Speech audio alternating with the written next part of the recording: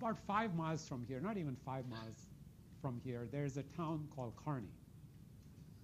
And Kearney has these landfills, big landfills, like mountains of trash. And what happens is, every time it rains, the water goes into the landfill and comes and pollutes the streams and other areas around it. Not only here, but around the country. But New Jersey has the distinction of having many Superfund sites. These are the sites designated by the EPA as being the most hazardous. In fact, if you ever want to buy a home, before you buy a home, get onto the EPA site and DEP and look at a list of all the hazardous fund sites closest to your home. Because you might be surprised that little vacant property a block down from where you are might be classified as a hazardous site. You don't want to be buying in that area. Okay? So, so what happens now? Somebody's got to come up with money to clean this up. So what happens eventually is everybody points at each other. They tell, oh, this was the company that dumped here. Let's go after them. Oh, they've gone bankrupt. They've disappeared. Now what do you do? Okay, so let's find somebody else. Well, you can't find somebody else. Who's stuck with the cleanup? The town. And that liability has to be shown in your statement of net position. And that's the pollution remediation obligation that you have as a general long-term liability.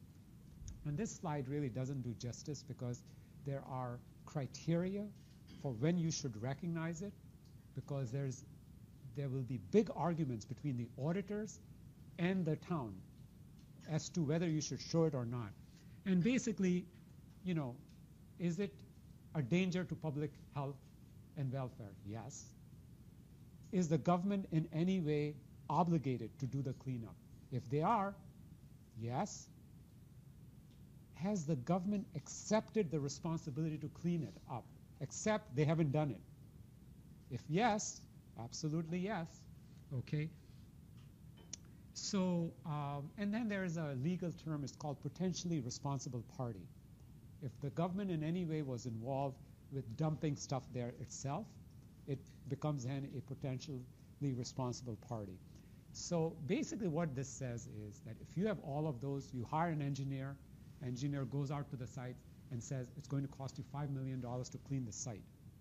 You know that $5 million has to show up on your balance sheet as a liability. What happens when you show things as liability and you don't have cash? Your equity goes the other way, which we call what? Net position. What happens? If your liability increases and your assets remain the same, what has to happen to the net position?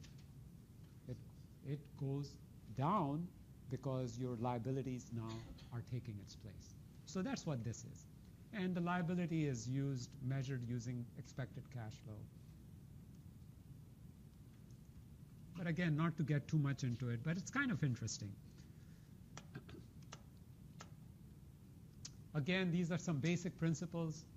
They're always reported on the government-wide statement of net position, not in the general fund balance sheet. And then we'll talk about debt service in a moment.